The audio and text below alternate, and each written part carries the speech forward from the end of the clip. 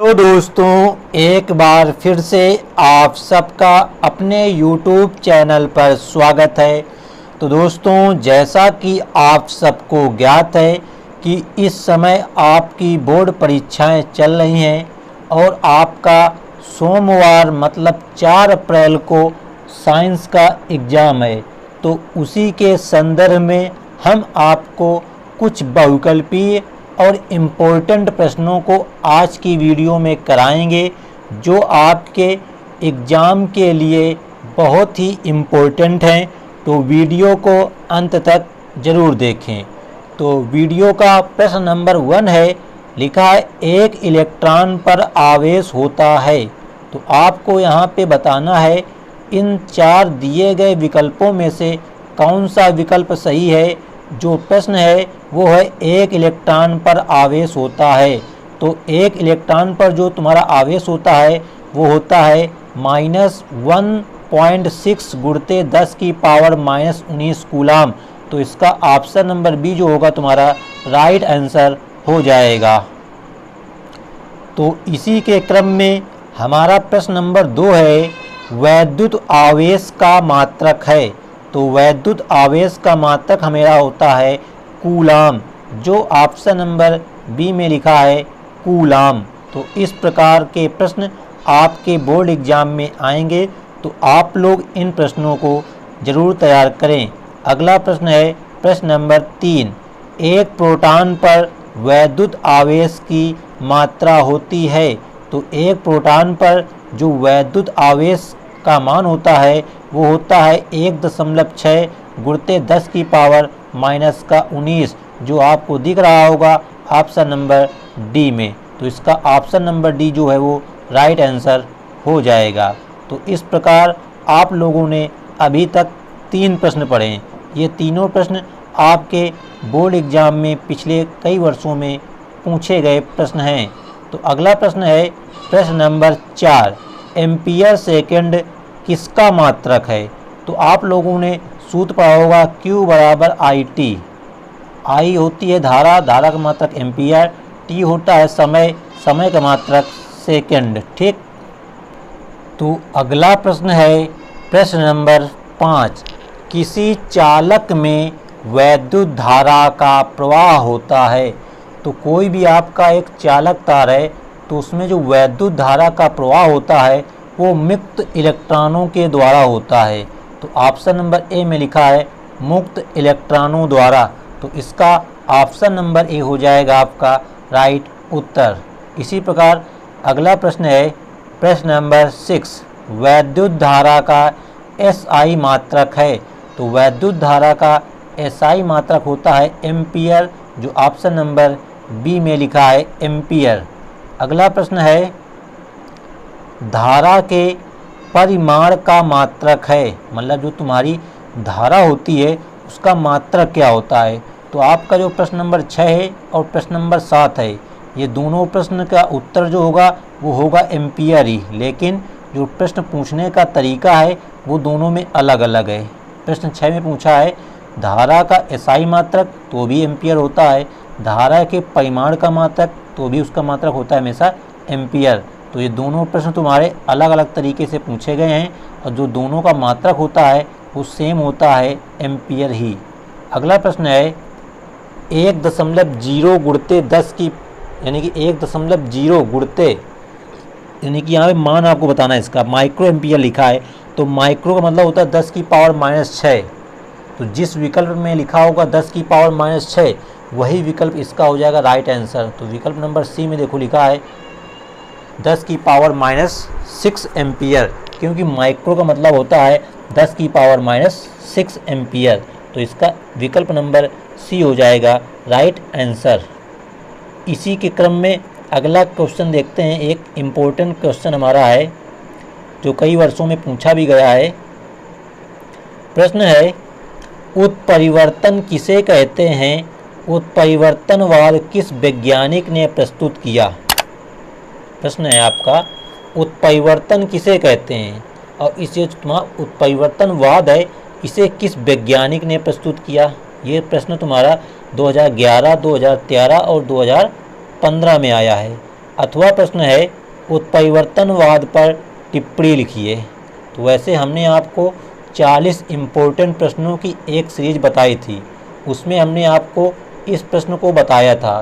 तो जिसने अगर उस वीडियो को नहीं देखा तो चैनल पर जाकर के उस वीडियो को देख ले। हमने आपको वहाँ पे साइंस के 40 इम्पोर्टेंट प्रश्न बताए हैं। यदि आप लोग उन 40 प्रश्नों को तैयार कर लेते हैं तो आपके साइंस में 70 में से 65 प्लस नंबर आएंगे। ये आपसे मेरा वादा है, चाहे देख लेना। आपके पेपर में यही प्रश्न आएंगे जो हमने आपको कराए थे। तो इस प्रश्न को देखते हैं ज़रा। इसका अगला प्रश्न तुम्हारा है, क्या पूछा है, लिखा है अथवा ह्यूगो डी व्रीज के उत्परिवर्तनवाद की विशेषताओं का उल्लेख कीजिए। तो ये इस प्रकार एक प्रश्न तुम्हारा 3 प्रकार से पूछा गया है।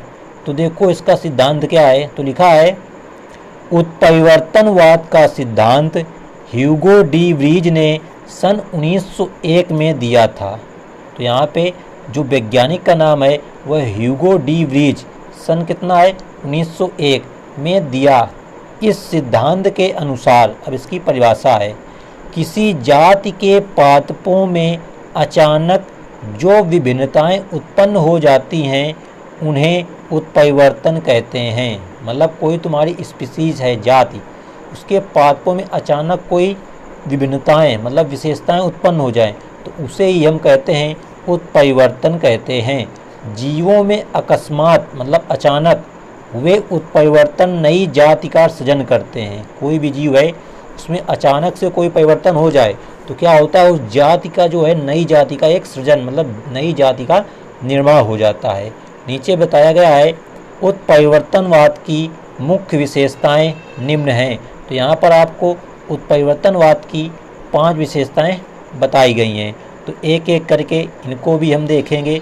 फर्स्ट पॉइंट है उत्परिवर्तन अनिश्चित होते हैं, मतलब इनका कोई निश्चित समय नहीं होता, ये अचानक हो जाते हैं, तथा ये लाभदायक तथा हानिकारक दोनों ही प्रकार के हो सकते हैं।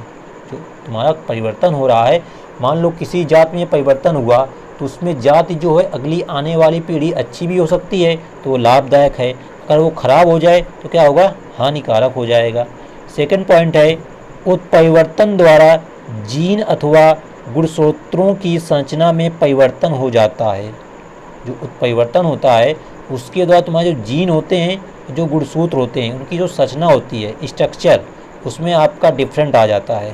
थर्ड पॉइंट है ये परिवर्तन या भिन्नताएं जनन द्रव्य में होती हैं एवं इनका प्रभाव संतानों में परिवर्तन के रूप में दिखाई देता है। तो ये तो तुम्हारा ऊपर वाला ही पॉइंट बताया गया है, संतानों में इसका प्रभाव हमेशा देखने को मिलेगा। अगला पॉइंट है उत्परिवर्तन प्रभावी एवं अप्रभावी दोनों ही प्रकार के होते हैं। मतलब जो तुम्हारा उत्परिवर्तन हो रहा है वो अगली पीढ़ी में प्रभावी भी हो सकता है और अप्रभावी मतलब प्रभावी नहीं भी हो सकता है। ये भी आप लोगों को याद रखना है। अगला और अंतिम पॉइंट है वह प्राणी जिसमें उत्परिवर्तन विकसित होता है उत्परिवर्तक कहलाता है। यह शुद्ध नस्ल का होता है, मतलब ऐसा प्राणी जिसमें उत्परिवर्तन विकसित हो रहा है उसे उत्परिवर्तक कहते हैं और ये तुम्हारा शुद्ध नस्ल का होता है। तो ये तुम्हारा प्रश्न 4 अंक का प्रश्न पूछा जाता है बोर्ड एग्जाम में। तो आप लोग इस प्रश्न को अच्छे से तैयार कर लेना। और देखते हैं कुछ इम्पोर्टेंट बहुकल्पीय प्रश्नों को जो आपके दर्पण से लिए गए हैं। तो प्रश्न है किसका दृष्टि क्षेत्र सबसे अधिक होता है। 4 ऑप्शन है, समतल दर्पण, उत्तल दर्पण, अवतल दर्पण, उत्तल लेंस। तो जो दृष्टि क्षेत्र है वो उत्तल दर्पण का दृष्टि क्षेत्र सबसे अधिक होता है। तो ऑप्शन नंबर बी में लिखा है उत्तल दर्पण। तो इसका ऑप्शन नंबर बी जो होगा वो राइट आंसर हो जाएगा। अगला प्रश्न है दर्पण की फोकस दूरी f तथा वक्रता त्रिज्या r के बीच संबंध है। तो तुम्हारा सूत्र होता है f बराबर r/2 या 2f बराबर r। तो ऑप्शन नंबर सी में लिखा है 2f बराबर r। f का मान निकालेंगे तो 2 चला जाएगा तुम्हारा r के बटे, तो वही होता है f बराबर r बटे 2। मतलब दर्पण की वक्रता त्रिज्या की आधी जो होती है वो फोकस दूरी के बराबर होती है। अगला प्रश्न है तुम्हारा एक उत्तल दर्पण की फोकस दूरी 10 सेंटीमीटर है। दर्पण के उत्तल पृष्ठ की वक्रता त्रिज्या होगी, तो दुगनी कर दो, 20 सेंटीमीटर हो जाएगी। तो ऑप्शन नंबर डी में दिया है 20।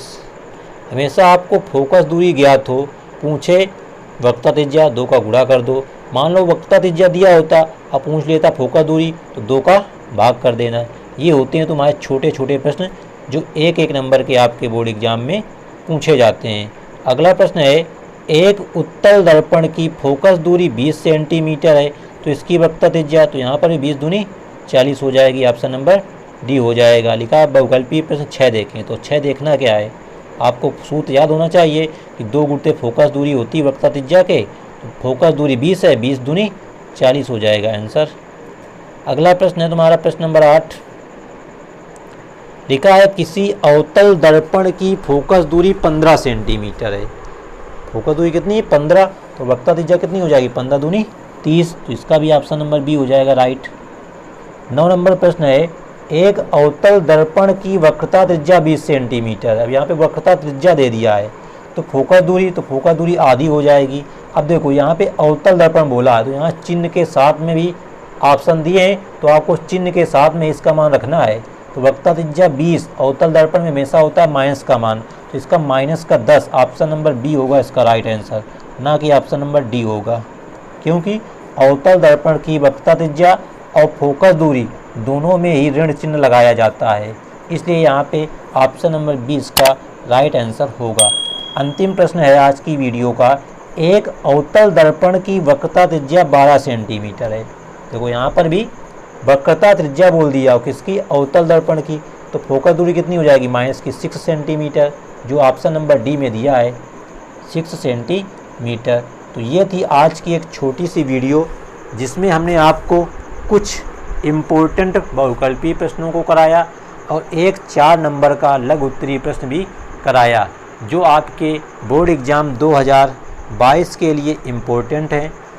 तो अगर वीडियो अच्छी लगी हो तो वीडियो को एक लाइक कर देना, और चैनल पर यदि पहली बार आए हो तो चैनल को सब्सक्राइब करके बेल आइकन को प्रेस कर लेना, जिससे आने वाली वीडियो की नोटिफिकेशन आपको सबसे पहले मिले और आपके बोर्ड एग्ज़ाम 2022 की तैयारी अच्छे से हो सके।